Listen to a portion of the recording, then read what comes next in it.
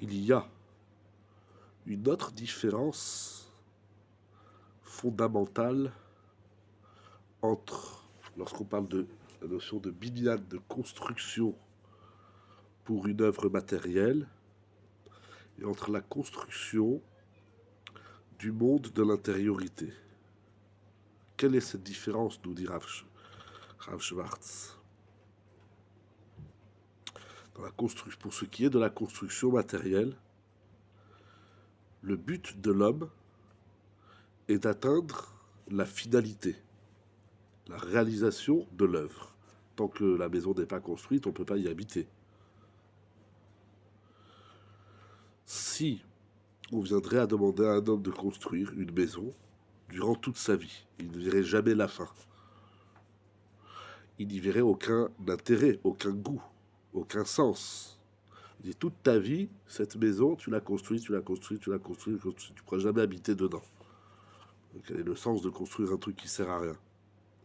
Ça veut dire que toutes les étapes de la construction ne lui donnent pas de répit et de satisfaction s'il n'atteint pas la finalité et la finalisation de l'œuvre.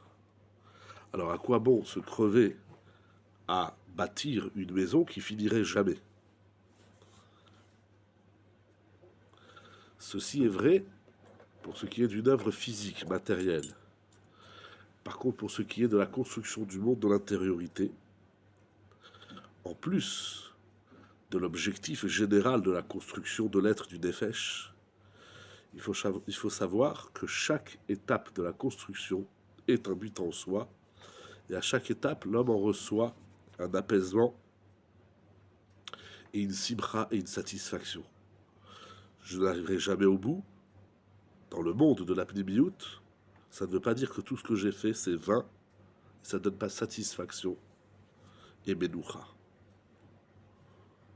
À chaque pas qu'on avance, on bâtit, on améliore, on rend meilleur le nefesh. Il y a dans chaque étape un intérêt. Voilà que, à la fin de la journée, lorsqu'on a fini d'étudier, il y a une prière que les maîtres ont instituée, une prière incroyable qui dit Modéani Lefanecha, je te remercie Hachem que tu m'as placé au Beth Midrash, là où on peut étudier la Torah. Et on va marquer la différence entre celui qui étudie la Torah et celui qui travaille, celui qui est dans la vie du monde. Nous fournissons des efforts et ils fournissent des efforts. Je fournis un effort et je reçois un salaire. Mais eux, ils fournissent des efforts et ils n'ont pas de salaire. Qu'est-ce que ça veut dire?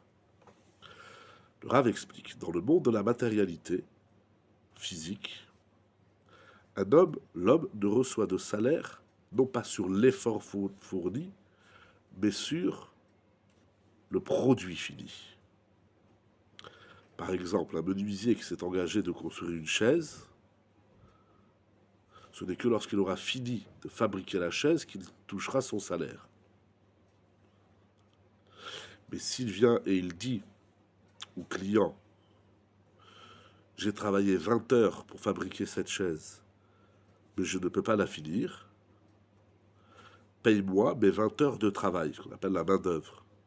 Mais la main-d'œuvre, même si aujourd'hui on la paye, c'est seulement sur un produit fini. Mais je ne vais pas acclamer le prix de l'effort si je n'ai pas fini, abouti l'œuvre. Le client va dire je n'ai pas commandé un homme pour travailler, j'ai commandé une chaise. Donc tant que tu n'as pas fabriqué la chaise, je n'ai pas raison de te payer. Ceci est vrai dans le monde physique, mais dans le monde de la Torah, ce n'est pas ainsi. L'homme reçoit un salaire sur chaque effort, et non pas sur la finalisation de l'œuvre. Parce que dans l'étude de la Torah, chaque étape, chaque pas est un but en soi.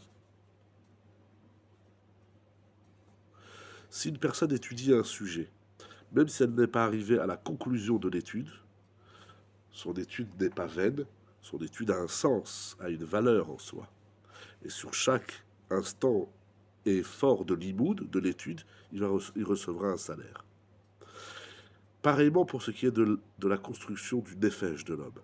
Chaque avancement, chaque évolution dans la connaissance de l'âme et de sa construction, l'homme reçoit chayut vesimcha.